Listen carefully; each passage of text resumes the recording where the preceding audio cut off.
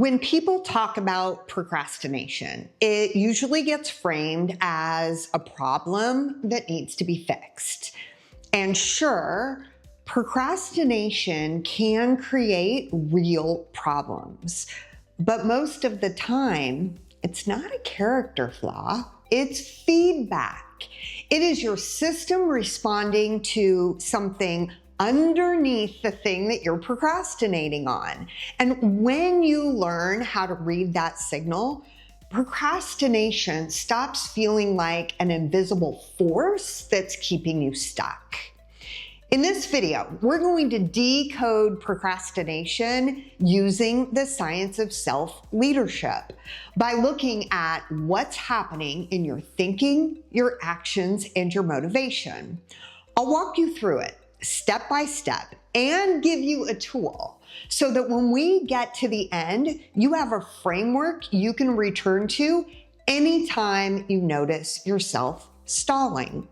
Hello, friend. I'm Laura Miner, a board-certified leadership coach who helps people cultivate their inner leader for outer impact using the science of self-leadership.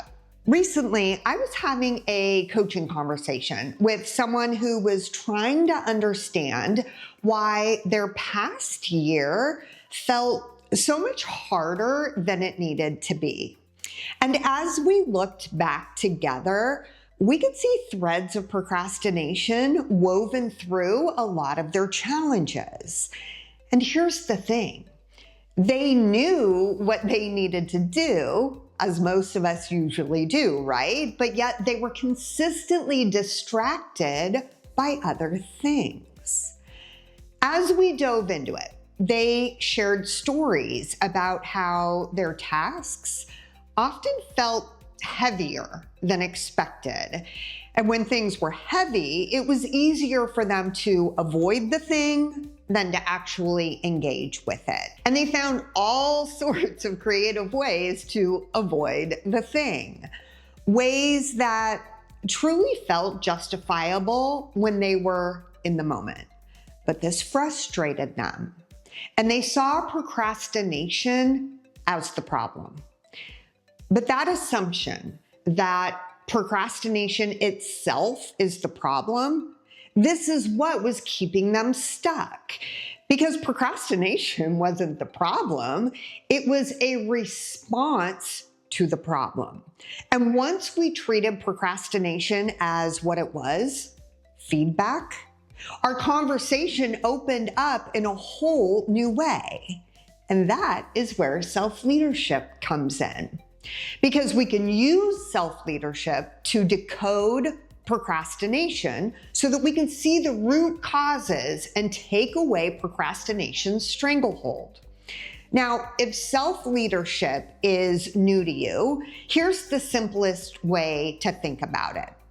Self-leadership is all about how you lead yourself from the inside out, and it rests on three core pillars. The first is how you think. That is the cognitive dimension.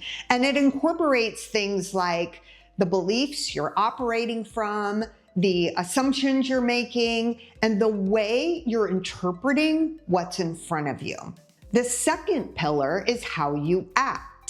That's your behavioral dimension. And this taps into the choices you're making, the habits you're reinforcing, and the patterns that shape what you actually do on a day-to-day basis. And the third pillar is how you motivate yourself. This is where your natural rewards come in, which are those internal drivers that either support your sustained action or quietly drain your energy. And taken together, these three pillars give you visibility into how you're leading yourself in real time. And who you are is how you lead, and your inner leader creates your outer impact. So it's all connected. Now, here's why this matters. When you filter procrastination through a self-leadership lens, procrastination stops feeling vague and muddy, and it starts pointing you towards something specific. And once you can see it, you can change it. You can lead yourself through procrastination instead of getting stuck in the habit loop that it creates. So let's break this down step by step and look at how to decode procrastination through a self-leadership lens. The moment you catch yourself procrastinating, ask yourself this one question. What is it about the task that feels uncomfortable right now? In other words, why are you avoiding it? Now, you're not looking for a full explanation here. You're simply trying to notice and name the friction. Is the task too big for the time slot that you have available? Are you maybe feeling unclear about where to start? Are you just not feeling it that day and you're just not in the mood? Whatever it is, capture it, because that discomfort, that is your starting point. It tells you what your procrastination is responding to. Now, once you've named the friction, ask yourself, what is my procrastination protecting me from right now? You see, our avoidance usually serves a purpose, at least in the short term, whether that's reducing pressure, preserving energy, protecting our identity. But once you see what's being protected, that doesn't mean that it's justified or that you just follow your procrastination's lead. No, it just means you're starting to understand what your procrastination is trying to manage. And understanding that puts you back in a leadership position, because now you can lead yourself through the procrastination with intentionality. And this is where the 3 pillars of self-leadership get applied. Starting with pillar number 1, how you think. Notice the rules that your mind is operating under. Maybe there's a belief that you need more clarity before you can begin. Or maybe there's an unrealistic expectation that this needs to be done perfectly from the get-go. You don't need to challenge these thoughts. That's not the goal here. You just want to capture them, because seeing them gives you a choice. And you make that choice with pillar number 2, how you act. Now, the focus here is actually designing the action. How is it currently set up? Is your starting point clear? Is the task small enough to jump into without internally debating yourself? Is your environment set up to support you in taking action with the task? Often, a simple redesign is all it takes to move procrastination out of the way. And that can look like a lot of different things, whether that's a smaller entry point or a clearly defined time period, whatever it takes to make getting started easier. Because with procrastination, getting started is the battle, right?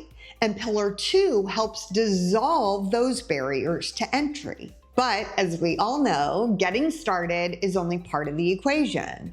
We also need to look at how we sustain our momentum. And this is where pillar number 3, how you motivate yourself, comes into play. Because the things we feel naturally rewarded by, they matter far more than we often realize. So the goal here is to pay attention to what happens once you begin. That means we're not actually focused on the outcome. We're actually paying attention to the experience. What do you feel when you get started? Is there relief, momentum, energy and excitement? Do you have pride because you're honoring your self-commitment? These experiences are really important, so you want to capture them. That way they can serve as an anchor the next time procrastination tries to rear its ugly head. So this is the decoder. You notice the discomfort, understand what's being protected, filter those insights through the 3 pillars, and lead yourself through your procrastination. Now, would you do this every single time you procrastinate? No, but you don't have to either, because once you start seeing your procrastination system in action, you have the tools to rein it in faster and faster each time. By the way, if you want a copy of this worksheet so that you always have the procrastination decoder on hand, I'll include a free link to it in the description box below. Also, if experimenting with research-backed strategies like this and doing so with the support of a board-certified leadership coach is helpful for you, check out the link to my weekly newsletter, which is also in the description box below. And with that, my friend, I look forward to seeing you in your inbox soon. Why are you still here? I get it. You want more self-leadership now, huh? Okay, I got you covered. Go check out this video right here.